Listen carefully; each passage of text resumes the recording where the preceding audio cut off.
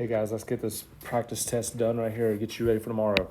Number one says, find the amount of an annuity that consists of 20 semi-annual payments, that's twice a year, of $500 each, into an account that pays 6% per year, compounded semi-annually, which is also twice a year.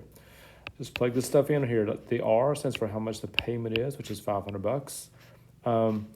One is in the parentheses, plus I is interest rate, but remember, if the interest rate is compounded more than once a year, you have to divide the interest rate by how many times it's compounded. So 6% is 0.06, but if you compound it twice, it makes it 3%. So I'm just gonna put 1.03 in here because you had 1 plus 0.03, you get 1.03. The N is how many payments are, which is 20, minus 1, over the same rate on the bottom that you put on top. Now when I punch this in my calculator, I'm gonna punch in the whole top, hit enter, divide by 0.03, hit enter, and then multiply by 500. That's exactly what I'm doing here. When I do that, I'm getting this number right here, and you should check this on your own calculator. 13,435. Remember, money has two decimal places, 19 cents. And there's the first one. Number two, same formula. Number two says, what is the monthly payment? No, sorry, different formula. This is an installment buy. It's like a mortgage. What is the monthly payment on a 30-year mortgage of $375,000 at 7.5% interest? And then the same question on 15 years. So this has two parts to it. So the first one, the payment on a 30-year mortgage. Okay, so the interest rate is 7.5. Anytime you're dealing with a mortgage, you must divide the interest rate by 12 because you're paying your payments in monthly. So the interest rate, if I change it to decimals, 0.0625. And what I did to get that is I did 0.075 divided by 12. The loan amount is the AP stands for the loan amount, which is $375,000. My denominator is going to be 1 minus, and again, this same interest rate to the negative n power. Negative is negative 360 because that's a lot of payments, but that's how many payments it takes for a 30-year mortgage. I'm going to punch this in real quick, and the payment that I'm getting there is $26.22 and 5 cents. All right, now it also said do the same thing for 15 years. Well, the rate's the same. The only thing that's going to change in this second part is the number of months that you are actually paying back your loan in. So everything's the same except that 360 is going to become 180. So I'm going to punch that one in real quick. And I'm getting this amount, 3,476.30. Well, it should be 30 cents. Got 29.6. So and there's your 15-year payment. Now, it is higher, it's $800 more, but man, you're getting it paid off in 15 years less. So 15 years is the way to go anytime that you can afford to do it. Number three, how much money should be invested at 10% every month, compounded quarterly in order to have 6,000. So, the 6,000 is what you're ending up with, so it's really your final annuity. So the 6,000 is the final amount over here. It wants to know how much you got to put in, so you don't know R. And my numerator is going to be 1 plus the interest rate. The interest rate is 10%, but it's compounded quarterly. So I'm doing 0.10 divided by 4. I'm getting 0.025. So I'm going to have 1.025 in my parentheses to the 24th power because you're making 24 payments in there, minus 1 over, again, 0.025, the same rate. Now, what I'm going to do is I'm going to punch in this whole fraction and just see what I get. I'm punching in the numerator first. I'm punching in 1.025. To the 24th power, minus 1, and I'm hitting enter, divided by 0.025, and I'm getting 32.349. It keeps going. I'm going to keep that on my screen because to get my answer, I'm just going to divide 6,000 divided by that answer, and it's giving me $185.48. And that's how much I would have to put in for 24 months to have $6,000. Number four, if I could see it. Number four, there we go. Find the amount of an annuity that consists of 25. Okay, this is the same thing we did on number one, of $2,000 each into an account that pays interest of 12% per year. Now, this one is not compounded at all, so this is straightforward. And as far as like worrying about the I, it should be pretty easy here. So 2,000 is how much you're putting in.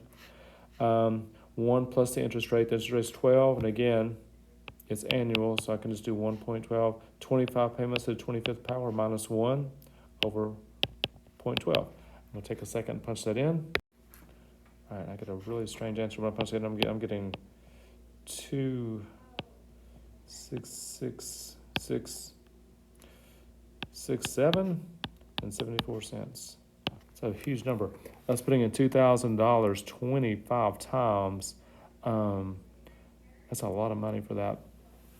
That's putting in 50, having 266,000. That's kind of crazy.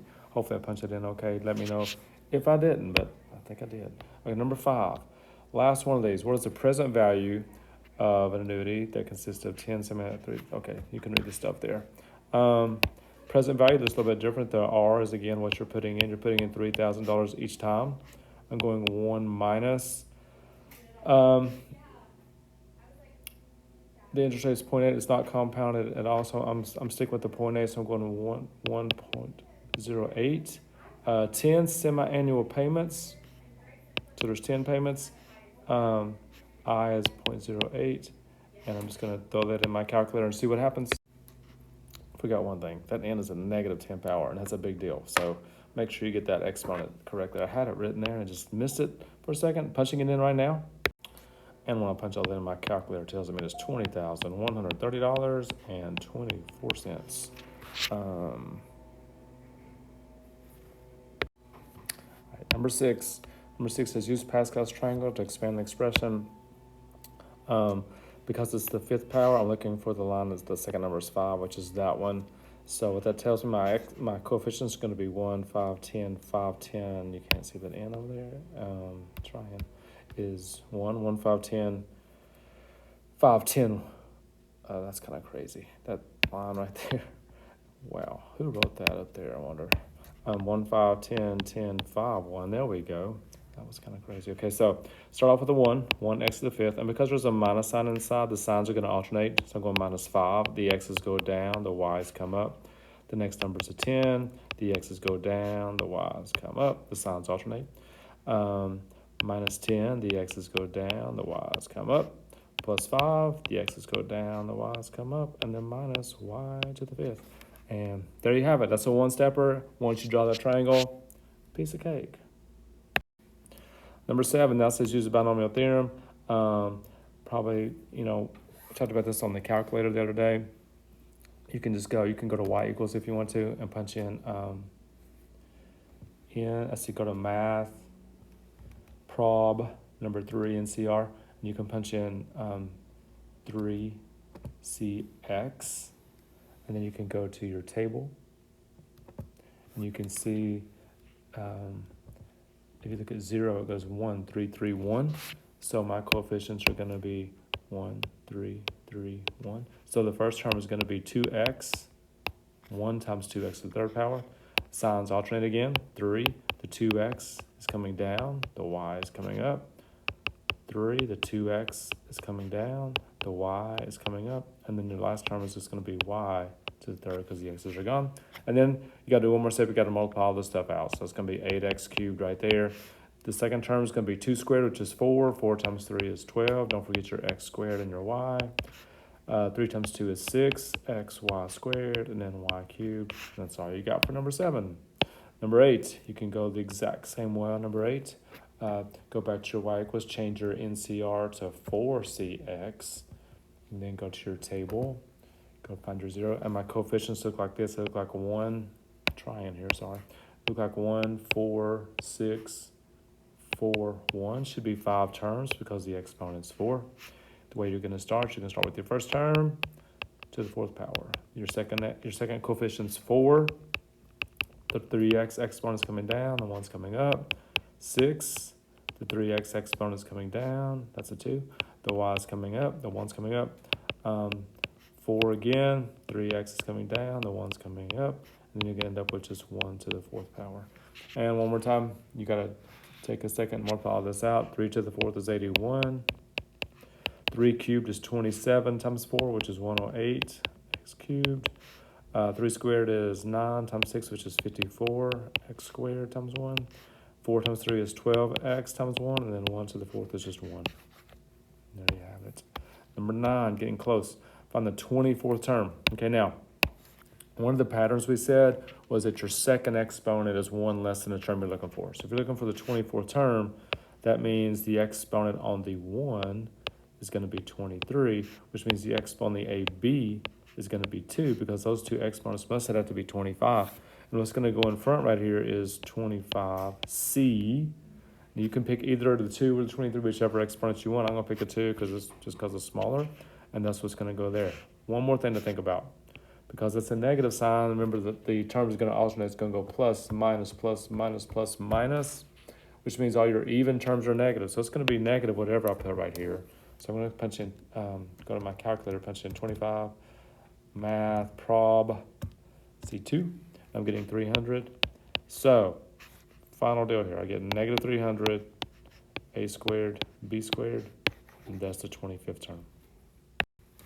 Number 10, factor using the binomial theorem. Now, kind of going backward using binomial here. One thing I know is I'm counting 1, 2, 3, 4, 5 terms, which means the exponent must be 4. The last term is y to the 4th, so now I got a y right there. The first term is x to the 8th. Think about what would you raise to the 4th power to get x to the 8th? Well, you'd raise x squared. Now, just double check. Let's do one more thing. Think about what the second term would be. The second term would start with a 4. The x squared would come down 1. The y would come up. And see if that's the same thing as that. You know what? It is. You can check every term. But that's all you do. Just doing binomial theorem backwards. Hopefully not too bad there. Number 11, combine the expression using laws of logs. Okay, so first of all, anytime you have a number in the front, remember it's the exponent. So this first term is actually going to be log x to the 4th. This second term, 1/3 is really cube root. So I'm going to have log cube root of x plus 1. And the last one has a 2, so it's going to be log 2x minus 1. Sorry, not 2x minus 1, but x minus 1 squared. Now, anything that's added is multiplied. Anything that's subtracted is divided. So if I'm going to make this 1 log, everything with an addition sign is going on top of my fraction, my numerator. So I'm going x to the 4th times x minus 1 squared in my numerator. My denominator is going to have the one that has a minus, which is the cube root of x plus 1. And that's it. That's your practice test. Hope it wasn't too bad. Let's make 100 tomorrow. See you then.